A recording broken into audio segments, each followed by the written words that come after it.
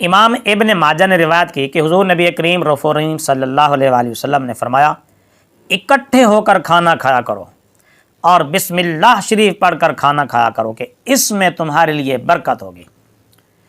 اور ایک روایت میں یوں بھی ہے کہ لوگوں نے عرض کیا، یا رسول اللہ صلی اللہ علیہ وسلم، ہم کھانا کھاتے ہیں مگر پیٹ نہیں بھرتا، بھوک نہیں مٹتی۔ تو آپ صلی اللہ علیہ وآلہ وسلم نے فرمایا، شاید تم الگ الگ کھاتے ہوگے۔ عرض کیا کہ یا رسول اللہ ہاں ایسے ہی ہے، ہم الگ الگ کھاتے ہیں۔ فرمایا کہ اکٹھے ہو کر کھاؤ اور بسم اللہ پڑھ کر کھاؤ، اس میں برکت ہوگی۔ حضرت ابو ایوب رضی اللہ تعالیٰ عنہ سے روایت ہے، کہتے ہیں کہ ہم نبی کریم صلی اللہ علیہ وآلہ وسلم کی خدمت میں حاضر تھے، کھانا پیش کیا گیا۔ ابتدا میں تو ہم نے بڑی برکت دیکھی، اتنی برکت ہم نے پہلے کبھی نہیں دیکھی، مگر آخر میں بڑی بے برکتی ہو گئی۔ ہم نے عرض کیا، یا رسول اللہ صلی اللہ علیہ وسلم ایسا کیوں ہوا؟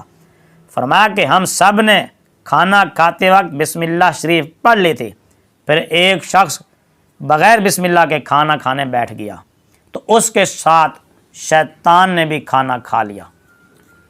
ایک اور روایت میں ہے کہ ایک شخص بغیر بسم اللہ پڑھے کھانا کھا رہا تھا، جب کھا چکا صرف ایک لقمہ باقی رہ گیا، یہ لقمہ اٹھایا اور کھایا اور کہا کہ بسم اللہ اولہ و آخرہ۔ تو رسول کریم صلی اللہ علیہ وآلہ وسلم نے تبسم فرمایا، آپ تھوڑا سا مسکرائے اور فرمایا کہ شیطان اس کے ساتھ کھا رہا تھا، جب اس نے اللہ کا نام لیا، بسم اللہ پڑھی، تو جو کچھ شیطان کے پیٹ میں تھا اس نے اگل دیا اور الٹی کر دی۔ یا اس کا مطلب یہ بھی ہو سکتا ہے کہ بسم اللہ نہ پڑھنے کی وجہ سے جو برکت چلی گئی تھی وہ برکت واپس آ گئی ہے۔